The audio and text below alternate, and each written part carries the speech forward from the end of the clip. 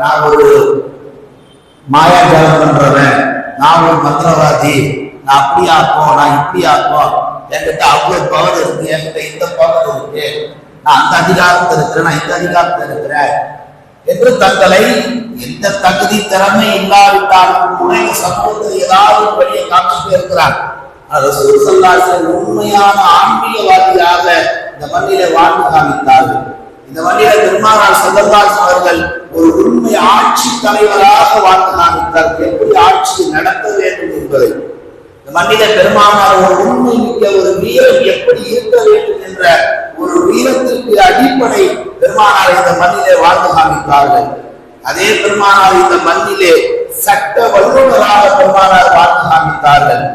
சஹாபாக்களுக்கு மத்தியில் நபிகள் நாயகம் ஸல்லல்லாஹு அலைஹி வஸல்லம் அவர்கள் பெரிய மனத்தத்துவ நிபுணராக, ஒரு பெரிய மருத்துவராக பெருமானார் ஸல்லல்லாஹு அலைஹி வஸல்லம் வாழ்ந்து காமித்தார்கள்.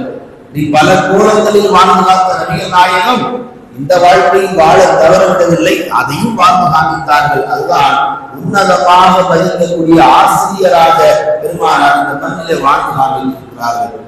ஆசிரியர் பணி இருக்குது, அது ரொம்ப மகத்தான பணி, ரொம்ப அற்புதமான பணி. உலகத்துல நல்லவர்களையும் கெட்டவர்களையும் உருவாக்கக்கூடிய இடம் ஆசிரியருடைய வகுப்பறை என்று சொல்லுவார்கள். இந்த உலகத்துல 2 புனிதமான இடம் இருக்கு. ஒன்று தாயின் கருவறை, மற்றொன்று ஆசிரியருடைய வகுப்பறை. தாயின் கருவறையில் உயிரை பெற்று வெளியே வருகிறார், ஆசிரியர் கருவறையில் வகுப்பறையில் அறிவை பெற்று விட்டு வெளியே வருகிறார்.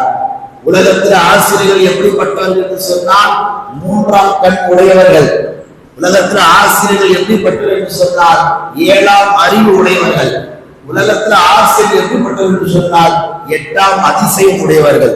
இதெல்லாம் நாம 5, 3, 2 தான் பார்த்திருப்போம். ஆனா ஆசிரியர்கள் இதுல கொஞ்சம் வித்தியாசமா ஒரு படி அதிகமாக இருக்க வேண்டும் இருந்து காமித்தார்கள். நபிகள் நாயகம் ஸல்லல்லாஹு அலைஹி வஸல்லம் அவர்கள் பெருமானாரை பற்றி அல்லாஹ் குர்ஆனிலே சொல்லுவான், "வல்லதி பஅஸ பில் உம்மீன ரசூலன் மின்ஹும் யத்லூ அலைஹிம் ஆயாத்தி."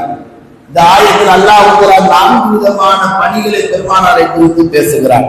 பெருமானார் ஸல்லல்லாஹு அலைஹி வஸல்லம் அவர்கள் குர்ஆனை கற்றுத்தரக்கூடியவர்களாக இருந்தார்கள். அந்த மக்களுடைய உள்ளங்களை பரிசுத்தப்படுத்தக்கூடியவர்களாக இருந்தார்கள். அந்த மக்களுக்கு வேதத்தை போதிக்கக்கூடியவர்களாக இருந்தார்கள். அந்த மக்களுக்கு நுட்பமான ஞானங்களை சொல்லித்தரக்கூடிய நபியாகவும் இருந்தார்கள். இந்த 4 பணியும் ஆசிரியருக்கு சொந்தமான பணி.